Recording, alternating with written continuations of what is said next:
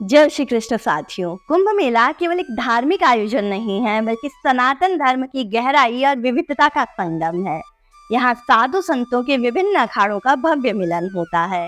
ये अखाड़े हमारी प्राचीन परंपराओं और दार्शनिक धारणाओं के संरक्षक भी है। सनातन धर्म के अखाड़े न केवल धार्मिक संस्थाएं हैं, बल्कि हमारे समाज और हमारे सनातन धर्म की आधारशिला भी हैं। इन अखाड़ों ने हमेशा से धर्म की रक्षा और समाज में सद्भाव बनाए रखने के लिए, साथ ही साथ नैतिकता का प्रचार करने के लिए बहुत महत्वपूर्ण भूमिका निभाई है। आज के इस वीडियो में मैं आपको कुंभ मेले में शामिल अखाड़ों और उनके अनोखे पहलुओं से अवगत भी करवाऊंगी।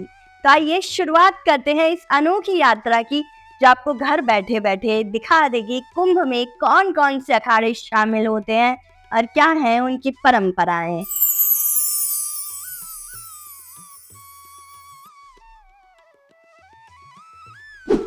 अखाड़ों की स्थापना का मूल उद्देश्य था धर्म की रक्षा और समाज को आध्यात्मिक मार्गदर्शन प्रदान करना। ये परंपरा लगभग 8वीं शताब्दी में शुरू हुई थी, जब गुरु आदि शंकराचार्य ने देश भर में सनातन धर्म को पुनर्जीवित करने और आक्रमणकारियों से धर्म की रक्षा करने के लिए अखाड़ों की नींव रखी थी।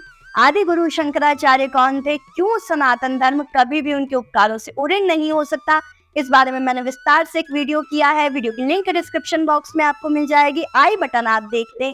तो साथियों, विदेशी आक्रमणकारियों के दौरान ये अखाड़े धर्म और आध्यात्मिक संस्थाओं की रक्षा के लिए योद्धा साधुओं को प्रशिक्षण दिया करते थे। नागा साधु, जो कि अखाड़ों का प्रमुख हिस्सा हैं, वो धर्म के योद्धा माने जाते थे और उस समय में इन अखाड़ों का उद्देश्य केवल धर्म की रक्षा करना नहीं था, बल्कि समाज को आध्यात्मिक और नैतिक मूल्यों की शिक्षा देना भी था। ये अखाड़े वैदिक शिक्षा, ज्ञान, ध्यान और साथ ही साथ योगाभ्यास के अलावा युद्धाभ्यास में भी कुशल हुआ करते थे। धर्म के लिए लड़ाइयां लड़ा करते थे। सनातन धर्म में अखाड़े साधु संतों के आध्यात्मिक और सामाजिक गठबंधनों का प्रतिनिधित्व करते हैं। कुंभ मेले में इन्हीं अखाड़ों का सबसे बड़ा आकर्षण देखने में आता है। अखाड़ा दरअसल एक ऐसा मंच है जहाँ साधु संत मिलकर अपने धार्मिक विचारों और अपनी शैली की तपस्या के माध्यम से समाज को प्रेरित करते हैं। वर्तमान भारत की अगर बात करूं तो हमारे देश में 13 प्रमुख अखाड़े हैं, जिनका अलग अलग इतिहास है, दर्शन है और परंपराएं हैं। इन अखाड़ों को मुख्य तौर पर 3 भागों में विभाजित किया जा सकता है, जो है शैव, वैष्णव और उदासीन। तो आइए इनके बारे में विस्तार से समझना शुरू करते हैं। भारत में जो 13 अखाड़े हैं, इनमें सबसे ज्यादा संख्या शैव अखाड़ों की है। अब जैसा कि नाम से ही पता चल रहा है, अखाड़ों के लिए भगवान शिव पूजनीय होते हैं। तो इन शैव अखाड़ों में कुछ अखाड़े शामिल हैं, जिनके नाम है पंचायती अखाड़ा, महानिर्वाणी अखाड़ा, पंच अटल अखाड़ा, पंचायती अखाड़ा, निरंजनी अखाड़ा, तपोनिधि आनंद अखाड़ा और पंचदशनाम जूना अखाड़ा। इसके अलावा पंचदशनाम आवाहन अखाड़ा, पंचदशनाम पंचअग्नि अखाड़ा, ये सभी प्रमुख शैव अखाड़े हैं, जो कि भगवान शिव की पूजा और अर्चना किया करते हैं। इसके बाद हम आते हैं वैष्णव अखाड़ों पर।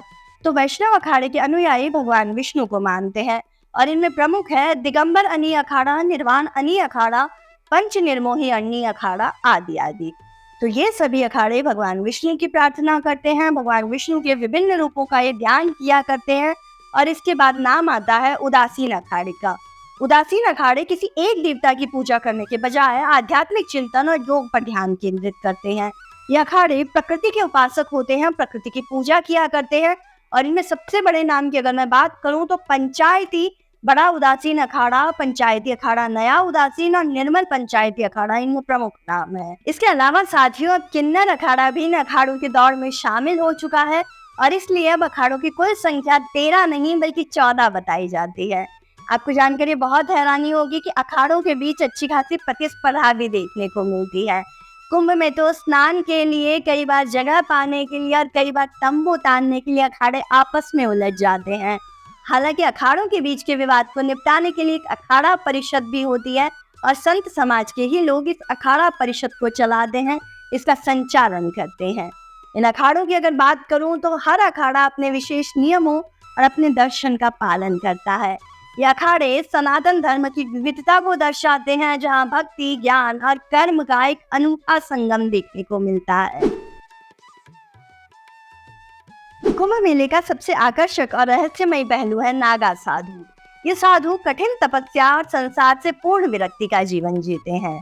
नागा साधु अपने शरीर पर केवल भभूत लगाते हैं, वस्त्र नहीं पहनते हैं और कठोर संन्यास को धारण करके उसके नियमों का पालन करते हैं।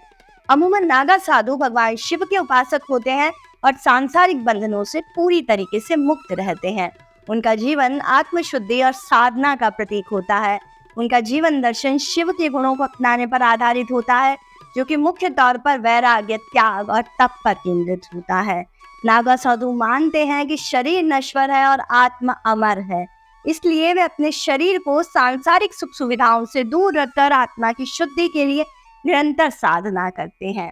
वे भभूत यानी कि राख से अपने शरीर को ढकते हैं, जो कि जीवन की नश्वरता का प्रतीक है, अंतिम सत्य का प्रतीक है।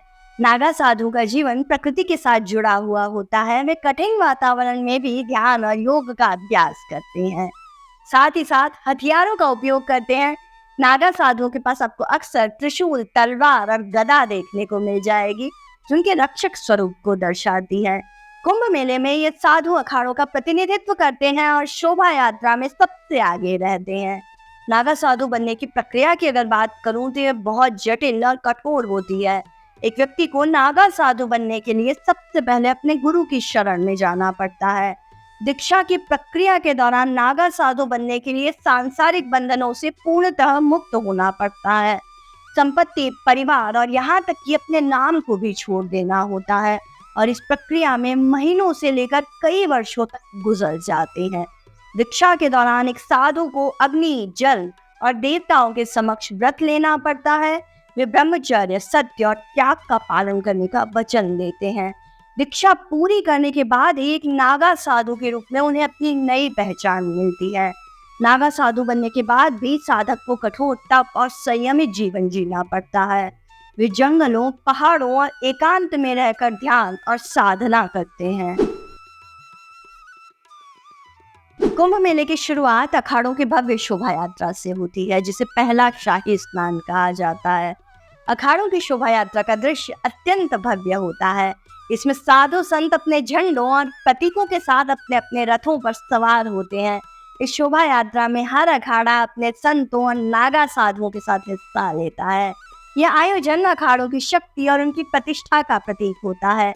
इस यात्रा के दौरान नगाड़ों और शंख की ध्वनि पूरे वातावरण को आध्यात्मिक बना देती है।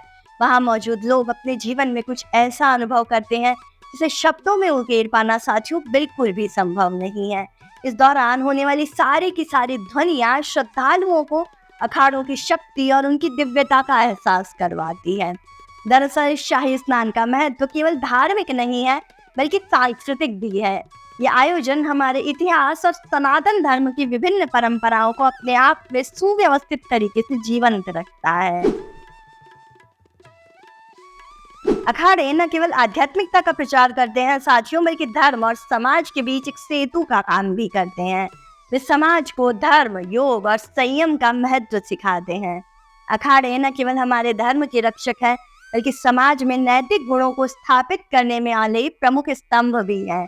केवल धर्म तक सीमित नहीं है, बल्कि समाज सेवा में भी अपना महत्वपूर्ण योगदान देते हैं। इन अखाड़ों और इनमें रहने वाले साधुओं का जीवन समाज के लिए जैसे प्रेरणा का स्रोत है।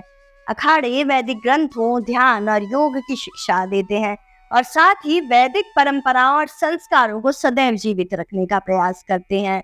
यहाँ युवा सन्यासियों को जीवन की गहराई और धर्म की जटिलताओं को समझने का मौका दिया जाता है। सुव्यवस्थित तरीके से उन्हें हमारे वेद और वेदांगों की शिक्षा मिलती है। अखाड़े गरीबों को भोजन, वस्त्र और शरण भी प्रदान करते हैं। साथ ही प्राकृतिक आपदाओं में राहत कार्यों में सक्रिय भूमिका निभाते हैं।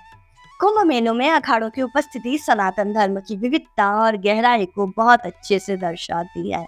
नागा साधु हों, वैष्णव संत या फिर उदासीन अखाड़ों के संत, ये सभी हमें धर्म के विभिन्न आयामों से परिचित करवाते हैं। ये मेला न केवल हमारी आध्यात्मिक यात्रा का प्रतीक है, बल्कि हमारी सांस्कृतिक विरासत को सहेजने का भी एक माध्यम है। क्या आपका कभी किसी अखाड़ा के किसी साधु से कोई संपर्क हुआ है? अगर हाँ, तो अपना अनुभव मेरे साथ जरूर शेयर करें। कमेंट में अपना वो अनुभव जरूर लिख डालें। और अगर वीडियो अच्छी लगी हो तो इस वीडियो को ज़्यादा से ज़्यादा शेयर कीजिए, लाइक करना बिल्कुल मत भूलिएगा। मेरे चैनल आशिता वाचे को सब्सक्राइब कर लीजिए। मैं जल्द लौटती हूँ कि अगले वीडियो में किसी अनोखे रहस्य पर बात करते हुए। तब तक के लिए जय श्री कृष्ण।